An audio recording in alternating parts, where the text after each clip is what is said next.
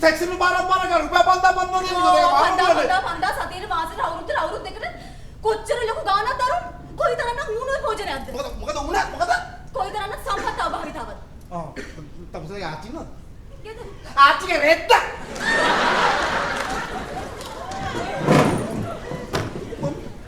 පට උමනෝනේ තුද මේ වෙන්නේ හරිනේ ඔයා හරිම කොයි අර මේ පඬිත කතා කියවන්න එපා ඔයාට උමනාවක් ඇත්තම නැද්ද මට උමනාවක් තියෙනවා කියන්නේ මට දෙන්න කියන්නේ හැබැයි ඔයාගේ සැපයීමට වටිනාකමක් නැහැ ඒ මොකද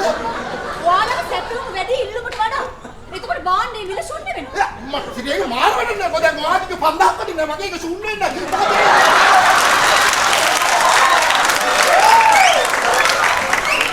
විලාසිනීගේ ප්‍රේමේ 332 වෙනි පිටුව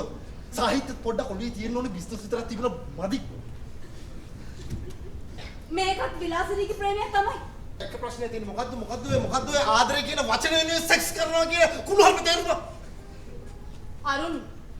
කෙල්ලෙක්ට කොල්ලෙක් සෙක්ස් කරන්න එන්න කියලා කිව්වට ඒ කෙල්ල කවදාවත් එන්නේ නැහැ මං ඔයාට ආදරේ අපි දෙන්න සෙක්ස් කරමුද කියලා කිව්වොත් මේ කෙල්ල එනවා මිනිස්සු සෙක්ස් කියන වචනේ කැත වහගෙන දාපු වචනයක් ඔය ආදරේ කියන්නේ වරණ ඔයගේ පඬිතුකම නම් තියෙනවා බල්ලු කියන්නේ පාරේ ඒ මම මොකද කරන්න නැත්නම් කල්ලන්න බා මේ අහනවා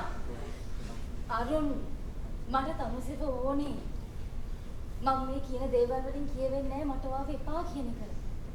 මං තමුසට ආදරේ